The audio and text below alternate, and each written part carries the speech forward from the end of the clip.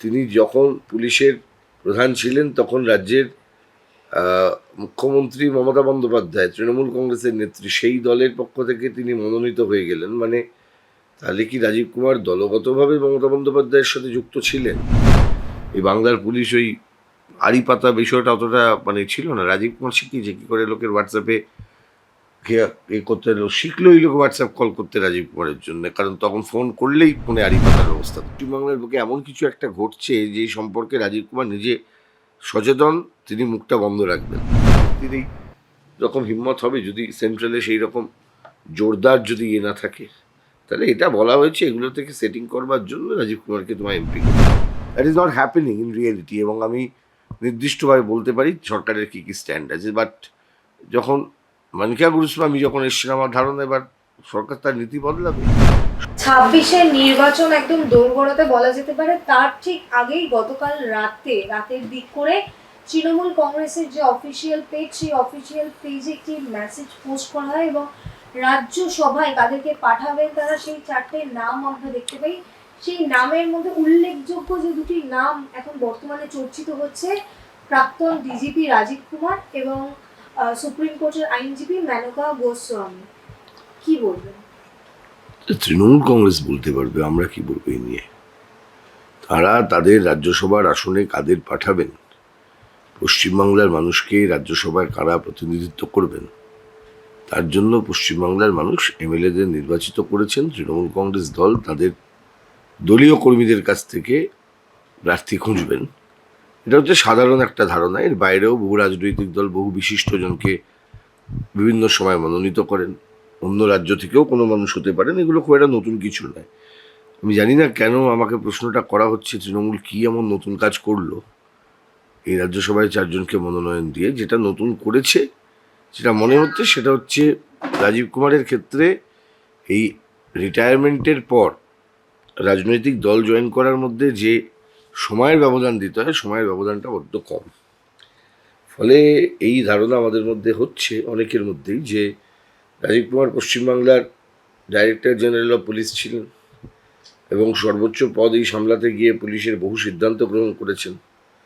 এবং তিনি যখন পুলিশের প্রধান ছিলেন তখন রাজ্যের মুখ্যমন্ত্রী মমতা বন্দ্যোপাধ্যায় তৃণমূল কংগ্রেসের নেত্রী, সেই দলের পক্ষ থেকে তিনি মনোনীত হয়ে গেলেন। মানে তাহলে কি রাজীব কুমার দলগতভাবে মমতা বন্দ্যোপাধ্যায়ের সাথে যুক্ত ছিলেন? এই ধরনের মানুষজন যদি পুলিশের নেতৃত্ব দিতে থাকেন ক্রমশ, কারণ রাজীব কুমার প্রথম আইপিএস নন যিনি রিটায়ারমেন্টের পর প্রথম নির্বাচনে দাঁড়ালেন। এর আগে চাকরি ছেড়েও দাঁড়িয়েছেন। এর আগে বিভিন্ন আইএএস অফিসারদেরকে আমরা তৃণমূল কংগ্রেসের প্রার্থী হতে দেখেছি। কিন্তু ব্যাপারটা রাজীব কুমারের ক্ষেত্রে একটু অন্যরকম লাগছে। রাজীব কুমারের ক্ষেত্রে ব্যাপারটা সন্দেহজনক এই কারণে, কারণ আমরা জানি রাজীব কুমারের প্রমোশন নিয়েও একটা বিতর্ক হয়েছিল কয়েকদিন আগে, সেটা এক্সটেনশন দেওয়া হবে কি দেওয়া হবে না। এবং সেক্ষেত্রে রাজীব কুমার সাহেব তিনিও যে সমস্ত মামলা করিয়েছিলেন কাউকে দিয়ে, নিজের নয় অন্য কেউ হয়তো মামলা করেছিলেন, সেই মামলা চলছিল, সেই মামলাতেই এটা চর্চিত বিষয় হচ্ছিল। এবং এই সমস্তটা মিলিয়ে একটা জটিলতা সৃষ্টি হয়েছিল। যদি এটা এমন হয় যে ওই জটিলতা থেকে রাজীব কুমারকে মুক্তি দেওয়া, বা সরকার রাজীব কুমারকে এক্সটেনশন দেবে না, সরকার তার বদলে রাজীব কুমারকে এমপি পদে পাইয়ে দেবে, এমপি করে দেবে রাজ্যসভার, এটা যদি হয়, তাহলে এটা বুঝতে হবে পশ্চিমবাংলার বুকে এমন কিছু একটা ঘটছে যে সম্পর্কে রাজীব কুমার নিজে সচেতন, তিনি মুখটা বন্ধ রাখবেন। এই জন্য পাইয়ে দিতে হবে, এরকম একটা ব্যাপার রাজীব কুমারকে মাথায় রাখতে হবে। নইলে রাজীব কুমার হয়তো বলে দেবেন, কারণ রাজীব কুমার সেই এক্সেপশনালি পাওয়ারফুল পুলিশ অফিসার যাকে আমরা দেখেছিলাম, যার বাড়িতে সেন্ট্রাল ইনভেস্টিগেটিং এজেন্সি যখন তদন্ত করতে গিয়েছিলেন, সিবিআইয়ের লোকেরা রেড করতে গিয়েছিলেন, তখন পশ্চিমবঙ্গের বর্তমান মুখ্যমন্ত্রী রাস্তায় বেরিয়ে এসে তিনি ধর্ণা দিয়েছিলেন। তাহলে কোনটা রাজনৈতিক কার্যক্রম, কোনটা রাজনৈতিক দলের কার্যক্রম, কোনটা সরকারি কার্যক্রম, কোনটা পুলিশের কার্যক্রম, এর মধ্যে কোনো ফারাক থাকছে না। এর আগে পশ্চিমবঙ্গে আমরা দেখেছি আইপিএস এর বউকে এমএলএ হতে তৃণমূলের, আইপিএস এখনও কর্মরত। বিভিন্ন ব্লক স্তরে আমরা দেখেছি বিভিন্ন ওসিদেরকে তৃণমূলের ব্লক সভাপতির কাজ করে দিতে। ব্লক সভাপতিদেরকে ডেকে ধমকাতে, নির্বাচিত কাউন্সিলরকে বলতে যে তুমি বেশি মাথা হয়ে গেছো, আমি থানার ওসি, আমি এখানকার রাজনীতিটা চালাবো। তো এইরকমই একটা ভয়ঙ্কর ক্রনি কর্পোরেট এবং কমিউনাল একটা নেক্সাস, যেটা আমরা বারবার বলছি, এবং তার সাথে যুক্ত হচ্ছে যে অ্যাডমিনিস্ট্রেটিভ যে সমস্ত করাপশন, অ্যাডমিনিস্ট্রেটিভ রেড টেপ, এই বিষয়গুলো ক্রমশ কিন্তু জটিলভাবে এই পশ্চিমবঙ্গের রাজনীতিতে সামনে চলে আসছে। এবং একই সঙ্গে এটাও চলে আসছে যে এই যে বাংলার সম্পদ বাংলা থেকে বাংলার বাইরে নিয়ে যাওয়ার চেষ্টা যেটা হচ্ছে প্রতিদিন, সেটা বাংলার খনিজ সম্পদ হোক, বাংলার জলসম্পদ হোক, বাংলার প্রাকৃতিক সম্পদ হোক, বাংলার সাংস্কৃতিক সম্পদ হোক, মানব সম্পদ হোক, পশ্চিমবঙ্গের বাইরেই যে ড্রেনিং হচ্ছে এবং যার কোনো পরিণতি আমরা দেখতে পাচ্ছি না, পশ্চিমবাংলার অর্থনীতিতে তার কোনো প্রভাব আমরা দেখতে পাচ্ছি না, এটা কিন্তু খুব ভয়াবহ। রাজীব কুমার হয়তো এরকম কিছু জানেন যা তাদের পক্ষে এই মুহূর্তে মমতা বন্দ্যোপাধ্যায়কে তার মুখ বন্ধ করানোর জন্য এই কাজ করতে হচ্ছে। সেদিন যেভাবে তাকে আসতে হয়েছিল ধর্ণা দিতে, সিবিআই রেড আটকাতে রাজীব কুমারের বাড়িতে, হয়তো থেকে শুরু করে ইডির ফাইল লোপাটের যে চিত্র আমরা দেখতে পেয়েছিলাম, সেখানেও রাজীব কুমার উপস্থিত ছিলেন। তারই কি পুরস্কার এই টিকিট? আমি বলবো না, এগুলো মানুষ নিজে বলুন, মানুষকে নিজেকে বুঝতে হবে। এবং কেন রাজীব কুমারকে দেওয়া হচ্ছে, এর তো অনেক ভিজুয়ালস আছে আপনাদের সামনে। রাজীব কুমার কি করেছেন গোটা পশ্চিমবঙ্গে গত 11 বছর, 12 বছর, 13 বছর, 14 বছর সময়, বিভিন্ন সময় পুলিশের যেখানে যেখানে ছিলেন। এই বাংলার পুলিশ ওই আড়ি পাতা বিষয়টা অতটা মানে ছিল না। রাজীব কুমার শিখিয়েছে কী করে লোকের হোয়াটসঅ্যাপে করতে, শিখলো এই লোক হোয়াটসঅ্যাপ কল করতে রাজীব কুমারের জন্য, কারণ তখন ফোন করলেই ফোনে আড়ি পাতার ব্যবস্থা করতেন নাকি রাজীব কুমার। কুণাল ঘোষ জানবেন, কুণাল ঘোষ তো জানেন রাজীব কুমার সম্পর্কে কুণাল ঘোষও বক্তব্য রেখেছিলেন। মানে what I want to say, যে এই যে তৃণমূল কংগ্রেসের সরকার যারা পশ্চিমবঙ্গে এই আনছেন, এবং এদের সবার একটা না কমন রাষ্ট্রীয় স্বয়ংসেবক সংঘ যোগ আছে। রাজীব কুমারকে রাখা কিভাবে ওই রকম একটা ঘটনা ঘটার পর, যেখানে সিবিআই কেন্দ্রীয় সরকারের তদন্তকারী সংস্থা, তাদের তদন্তে বাধা দেওয়ার কাজে মুখ্যমন্ত্রীকে ব্যবহার করার মতন অভিযোগ রাজীব কুমারের বিরুদ্ধে ঘটলো। রাজীব কুমার বহাল তবিয়াতে চাকরি করে গেলেন, আর কোনো ব্যক্তির এই রকম হিম্মত হবে যদি সেন্ট্রালে সেই রকম জোরদার যদি না থাকে, তাহলে এটা বলা হয়েছে এগুলো থেকে সেটিং করবার জন্য রাজীব কুমারকে তোমায় এমপি করতে হবে। হ্যালো দাদা, অন্যদিকে সুপ্রিম কোর্টের যিনি আইনজীবী মেনকা গোস্বামী, তিনি আরজিকর মামলায় রাজ্যকে বাঁচিয়েছেন। এছাড়াও বিভিন্ন মামলায় আমরা তাকে দেখতে পেয়েছি রাজ্যের হয়ে স্ট্যান্ড নিতে। সেটা হলো পুরস্কার, কিন্তু স্ট্যান্ড কি?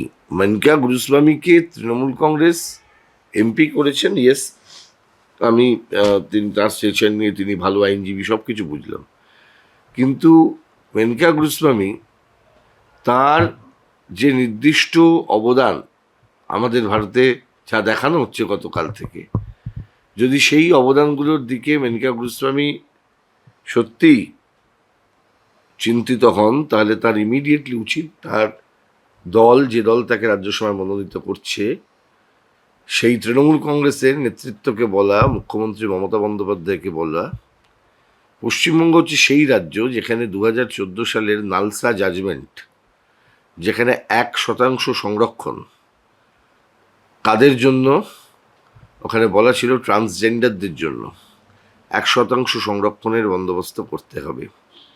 এবং LGBTQ কমিউনিটির মধ্যে একটি গুরুত্বপূর্ণ কমিউনিটির জন্য যখন এই 1% রিজার্ভেশনের কথা, হরাইজন্টাল রিজার্ভেশনের কথা যখন আসছে, যখন মহামান্য কলকাতা হাইকোর্ট এই হরাইজন্টাল রিজার্ভেশনের নির্দেশ দিচ্ছেন, প্রথমে মহামান্য বিচারপতি অভিজিৎ গঙ্গোপাধ্যায়, পরবর্তী সময়ে আরও ক্রিস্টালাইজ করে সেই জাজমেন্টটা দিলেন মহামান্য বিচারপতি রাজাশেখর মান্থা। এই জাজমেন্টে বলা হলো যে পশ্চিমবঙ্গের যে সমস্ত পাবলিক এমপ্লয়মেন্ট, সেখানে নালসা জাজমেন্ট অনুযায়ী 1% হরাইজন্টাল রিজার্ভেশন সেইটা করতে হবে, যাতে করে ট্রান্সজেন্ডার কমিউনিটির মানুষ যাদের একটি বড় অংশ আজকে পশ্চিমবাংলার বিভিন্ন এই ক্রস রোডসে, যেখানে যেখানে আপনারা দেখবেন যে এই ট্রাফিক সিগন্যাল আছে, সেখানে তারা ভিক্ষা করতে বাধ্য হন, ডিসপাইট অফ তাদের নিজস্ব যে কোয়ালিটি। যেমন আমি যার কথা বলছি, যে মামলাটি করেছিলাম বা যে মামলাটি করার আমার সুযোগ হয়েছিল, এখানে মিনাল বারিক বলে সেই যে মামলাকারী, তিনি যখন এই মামলাটা তিনি করেছেন, তিনি বলছেন যে আমি প্রাইমারি টিচার হওয়ার জন্য যোগ্য, প্রাইমারি স্কুলে পড়াবার যোগ্য, তার জন্য ট্রেনিং আছে, তার জন্য আমি এই পাস করেছি এনসিটি রুলস অনুযায়ী। তিনি যখন পাচ্ছেন, প্রতিবার তিনি যাচ্ছেন আর তাকে বলা হচ্ছে এই ছক্কা কী হবে তোমায় দিয়ে। মমতা বন্দ্যোপাধ্যায়ের পশ্চিমবাংলায় পশ্চিমবঙ্গ সরকার, chief secretary of West Bengal government, এটা এই এই এই এই ধরনের একটি সিদ্ধান্ত, সরকারের সিদ্ধান্ত জানিয়ে দিয়েছেন যে না 1% রিজার্ভেশনের বিষয়ে 22 সালে কমিটি করেছে, এখনো পর্যন্ত এই বিষয় হয়নি। 14 সালে নালসা ভার্ডিক্ট এসছে, পশ্চিমবাংলায় ইমপ্লিমেন্ট হয়নি। পশ্চিমবঙ্গের বুকে তৃণমূল কংগ্রেস বৃহৎ প্ল্যাটফর্মের মধ্যে মানিকা গোস্বামীকে এনে কি মনে করছেন যে আমি একটা নতুন কিছু করেছি? মানে আমি এটা বলবার চেষ্টা করছি এই জন্যে, কারণ that is not happening in reality, এবং আমি নির্দিষ্টভাবে বলতে পারি সরকারের কী কী স্ট্যান্ড আছে। বাট যখন মানিকা গোস্বামী যখন এসছেন, আমার ধারণা এবার সরকার তার নীতি বদলাবে। শুধু এই ক্ষেত্রে কেন, টোটাল LGBTQ এই প্রত্যেকটি ক্ষেত্রে যে সমস্ত ডিমান্ডসগুলো আছে এবং টুগেদার যে ডিমান্ডসগুলো আছে, একসাথে যে ডিমান্ডসগুলো আছে, সেগুলো নিয়ে পশ্চিমবঙ্গ সরকারের যে ভূমিকা, সেই ভূমিকা যদি ঠিক করে আমরা স্ক্যান না করি, তাহলে আগামী দিনে বড় বিপদ হবে এই কমিউনিটির অস্তিত্বের প্রশ্নে, তাদের সুরক্ষার প্রশ্নে, তাদের শিক্ষা দীক্ষার প্রশ্নে, তাদের বেড়ে ওঠার প্রশ্নে, তাদের রেকগনিশনের প্রশ্নে, আর্টিকেল 14-এর প্রশ্নে, সংবিধানের প্রশ্নে। Where are you going?